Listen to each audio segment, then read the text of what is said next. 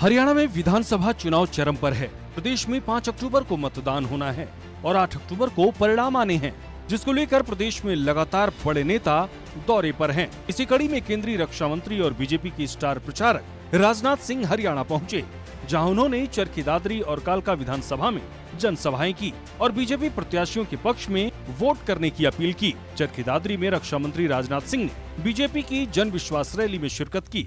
इस दौरान उन्होंने बीजेपी प्रत्याशी सुनील सांगवान के समर्थन में वोट करने की अपील की और कांग्रेस पर जमकर निशाना साधते हुए कहा कि राहुल गांधी विदेश में भारत के सम्मान को धूमिल करने की कोशिश करते हैं। इसके साथ उन्होंने कहा कि बीजेपी के कार्यकाल में हरियाणा का नॉन स्टॉप विकास हुआ है।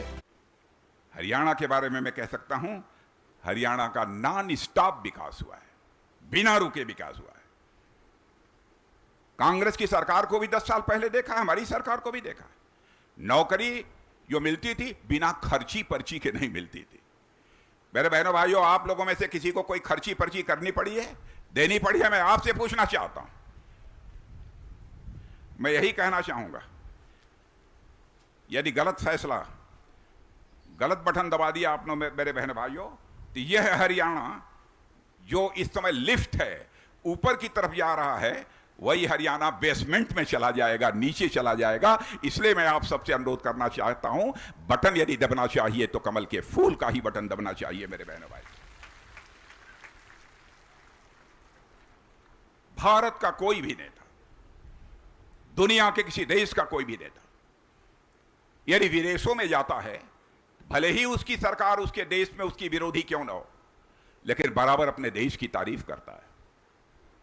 देखा आपने कांग्रेस के साहब का, राहुल जी का, जाकर वहां पर भारत की प्रतिष्ठा को, भारत के मान सम्मान को अंतर्राष्ट्रीय मंचों पर धूमिल करने की कोशिश कर रहे हैं। साथ ही राजनाथ सिंह ने कालका की रायपुर रानी में बीजेपी की विशाल जनसभा को भी संबोधित किया, जहां उन्होंने बीजेपी प्रत्याशी शक्ति रानी मौर्य के समर्थन में एक बड़ी जनसभा को संबोधित किया।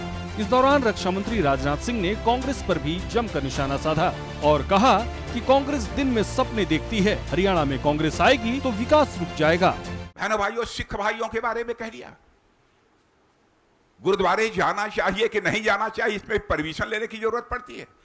कड़ा पहने अथवा न पहने, इस संबंध में भी उनको विचार करना चाहते हैं।